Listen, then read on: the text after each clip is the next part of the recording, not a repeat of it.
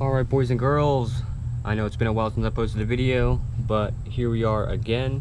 So today we are back with the 95 Dakota. This is a 3.9 liter two-wheel drive auto. So as you can tell, I'm over here at the pump. Yes, the bed is right here. So when you replace the pump, if you're like me in your sending unit, which is right here for the fuel gauge inside to tell you if the tank's full or not. Mine is stuck on full, so the sensor was bad in my old one, and so I decided to cave and finally buy a new pump. This is a Delphi replacement pump off Rockauto. I'll drop the link down below in the description. Try to give you guys a quick rundown on how to replace this. So let's go back to the bed. So the bed, there's two methods. You can either drop the tank or you can pull the bed. So dropping the tank, I wasn't really feeling that, especially since it's still like halfway full. So I went with the other option of pulling the bed, which as you can see, just chilling. So with the bed, all you gotta do, remove this bolt from underneath. There's two holes, but this is the bolt you're gonna wanna remove. So remove this bolt. There's one in front of the tire, one behind the tire. Which back here behind the tire, right here, remove that bolt. And there's a bolt right here in front of the back bumper. Yes, the bumper stays. Remove that bolt. And then this is gonna be the same on the other side as well. So 8 bolts total. Mine came out pretty well, so that's great. So you remove those bolts, and then you can get to the bed. Now, on top of that,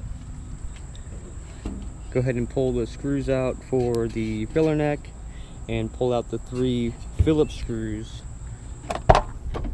for the actual like where the cap goes, the filler neck comes up through. And so all of that's going to be done with a size, sorry it's a mess in here guys. So the bed bolts are, I pulled all mine off with a 9/16 socket, 9/16. You see them right there, 9/16 socket. You'll have to pull the headlights, which are 4 Torx head screws, look like this. And that would have been, that's going to be a T25 to pull that off. And the T25 also is going to go in junction with this to pull the 4 outside tank bezel screws, and then it's 3 Phillips heads on the inside. Pull all those out. This is on the inside. This one just fell off when we moved the bed. The bed itself honestly was not that heavy. I mean, it's got weight to it, don't get me wrong, but most of the weight is more geared towards the back of the tailgate. Up here it's actually pretty light. I mean, it's literally just hanging out here, sitting on tires. The body looks like it's holding good. I was worried that the actual metal on the bottom was going to stab into the tires a bit, but the tires are holding up well. It probably helps that they're new tires as well. But wanted to get all this situated. So once you get into this I just used the flathead to pop off the quick release for the fuel pump. This is the return system for this. My old hose was like a little janky, so I decided to go get another fuel line hose, 3/4 inch, to mate that up. I was looking for closer to 5/8, but I didn't want to fight with it, and this should hold fine, so it's not going to be under a load. To remove the cap off of it, at first I tried using just a flathead screwdriver because I was hoping it wouldn't be on there that tight, but I ended up digging into the plastic and I didn't want to groove it up too much. So I actually used an adjustable socket and got on there, basically try to like swivel it, that way it's grabbing in 2 points, lower and upper, and then you just smack it with the hammer. I didn't have to use the 3-pound sledge, but it helped a little bit. Now this pump right here is a Delphi unit, like I said earlier, which I got from Rockauto. So from Rockauto, I want to say it was about 120 bucks for the whole unit.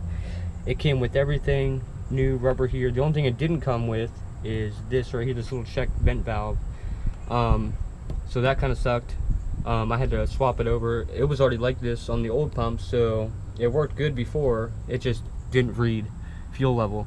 So I decided, well, if it read good before, it'll read good again. This one takes a little bit of force to pop in and out because you have to transfer it from the old one, because this one didn't come with it, and from what I've seen, none of the other ones come with it. So instead of messing around trying to find this individual piece, I decided to reuse it, because all it is it just feels like a PCB valve. It's not much going on with it. It's just plastic and then probably a little ball in there that opens and closes under evap pressure or something. But yeah, so this is all connected, as you can see, just hanging out here. It's all loose. Return, and like I said, the hose, I'm gonna end up attaching that with the 2 new clamps. Taking the old ones off. This, I had a 1/4 inch on it, but it started rounding off, and as you can tell, it's seen better days. So going with new hardware helps, especially since everything else is new. This pump assembly does come with everything minus this valve. So it has the new gasket underneath for the pump to tank. Didn't come with the new tank ring, but I'm sure you can, usually the rings are pretty good. Yeah, so you got the new sensor, pump, whole pump assembly, everything. Strainers on the bottom of it, so you're literally good to go. Just drop in, hook back up, swap this over, and then reconnect everything. And then the bed, it was only me and another person that lifted it up. The tailgate's heavier, so if I was you, what we did, we ended up picking up the tailgate, setting it over on the bumper. The body's fine still, it's still good, so that way the bumper's holding the weight of that. And then we went back and then picked up the front, the lighter end, and just sat it there, and it's good to go. It's not that heavy. Obviously you can see my garbage spray job, but I was trying to fix some spots where it was rusting, so I sanded it down and I sprayed it in black. And don't get me wrong, the black it doesn't look that great, but it looks a lot better than rusted out. So we'll go over to part numbers now. Here's the box. Got the good old Delphi Technologies. See if we can find a good old part number on here for you guys. This is what I got. Delphi is usually a pretty solid replacement, so went with them for the whole assembly.